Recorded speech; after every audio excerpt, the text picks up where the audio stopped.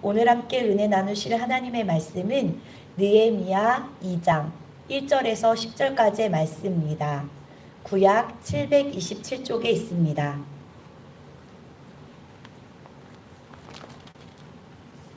오늘 주신 하나님의 말씀은 느헤미야 2장 1절에서 10절까지의 말씀, 구약 727쪽에 있습니다.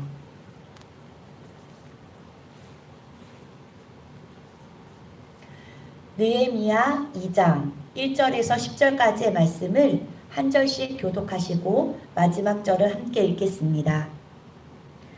아닥사스다 왕 제20년 이살원에 왕 앞에 포도주가 있기로 내가 그 포도주를 왕에게 드렸는데 이전에는 내가 왕 앞에 수심이 없었더니 왕이 내게 이르시되 내가 종이 없거늘 어찌하여 얼굴에 수심이 있나 이는 필요한 내 마음에 진심이 있으나 그때에 내가 크게 어려워하여 왕께 대답하되 왕은 만세수를 하옵소서. 내 조상들의 묘실이 있는 성읍이 이제까지 황폐하고 성문이 불탔사오니 내가 어찌 얼굴에 수심이 없사오리까 하니 왕이 내게 이르시되 그러면 내가 곧 하늘을 안내하시기로 내가 곧 하늘에 하나님께 기도하고 왕에게 아뢰되 왕이 만일 좋게 여기시고 종이 왕의 목전에서 은혜를 얻었사오면 나를 유다 땅 나의 조상들의 묘실이 있는 성읍에 보내어 그 성을 건축하게 하옵소서 하였는데 그때 아무도 왕께 답변하였으나 왕이 내게 이르시되 내가 은날의 강령을 드리며 어느 때에 그와 있느냐 하고 왕이 나를 보내기를 택해 주시고 내가 그들한테 청하고 내가 또 왕에게 아뢰되 왕이 만일 좋게 여기시거든 강 서쪽 총독들에게 내리시는 조서를 내게 주사 그들이 나를 용납하여 유다에 들어가기까지 통과하게 하시고 또 왕의 선민으로 가사들이 그들을 주사라 그가 순전에 속하는 이민의 무가 성막과 내가 들어갈 집을 위하여 늙고 술을 죽은들 내게 주게 하옵소서니 내 하나님의 선한 손이 나를 도우시고 왕이 나와 군대 장관과 마병을 보내어 나와 함께 하게 하시기로 내가 강 서쪽에 있는 총족들에게 이르러 왕의 조사를 전하였더니 호론 사람 산발락과 종이었던 암몬 사람 도비야가 이스라엘 자손을 황하게 하려는 사람이 왔다함을 듣고 심히 근심하더라. 아멘. 새벽 기도에 나오신 사랑하는 성도님들을 주님의 이름으로 환영하고 축복합니다. 그리스 신화에서는 기회를 이렇게 묘사했습니다. 기회의 신 카이로스의 모습은 독특한데요.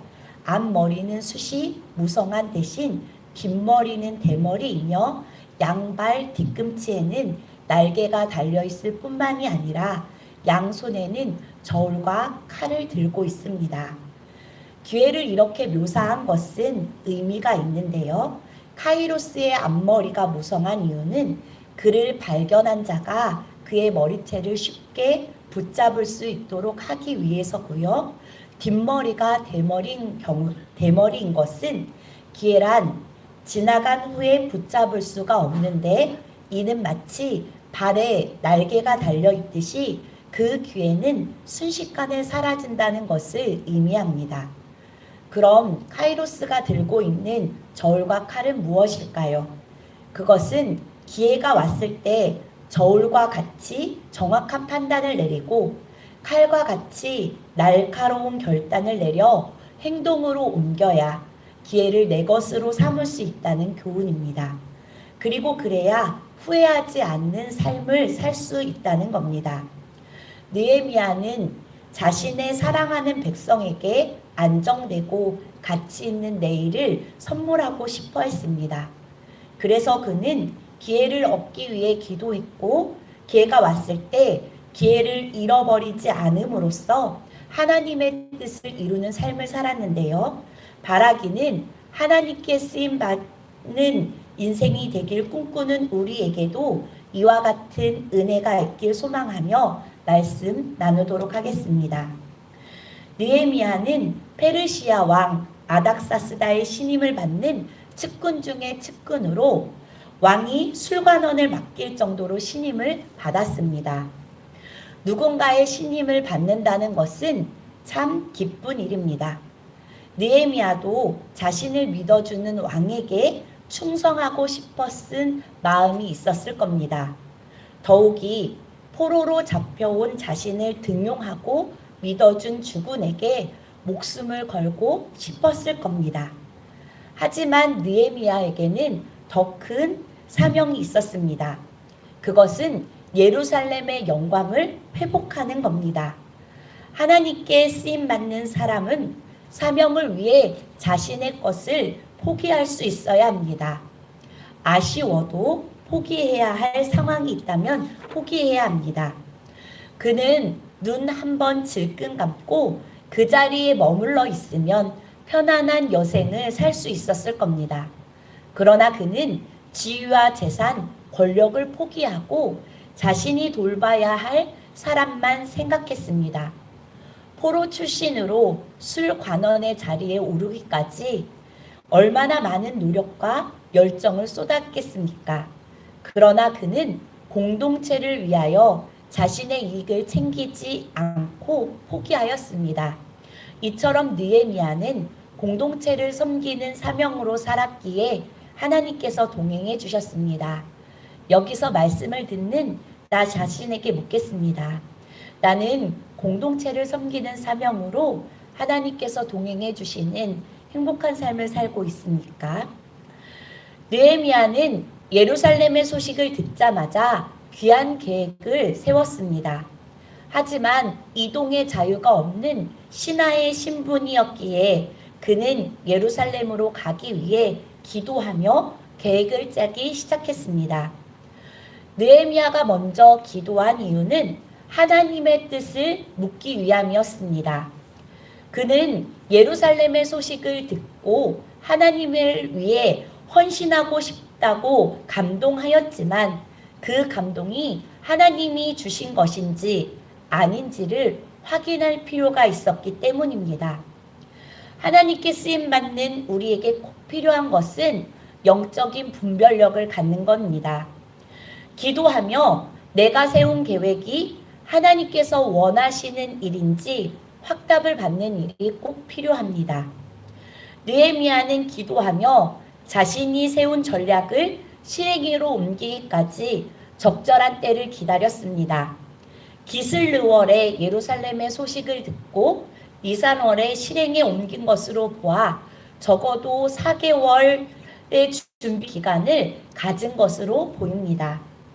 그리고 성공의 확률이 무르익을 때까지 기다렸습니다. 정확한 시간과 기회를 노리는 사람이 지혜로운 사람입니다.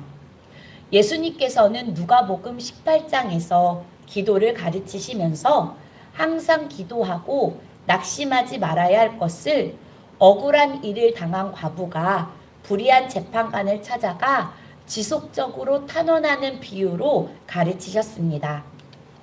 이 비유의 핵심은 기도하고 믿음으로 기다릴 줄 알아야 한다는 겁니다. 그렇다면 주님은 왜 당장 기도에 응답해 주시기보다 기다림의 과정을 거치게 하실까요?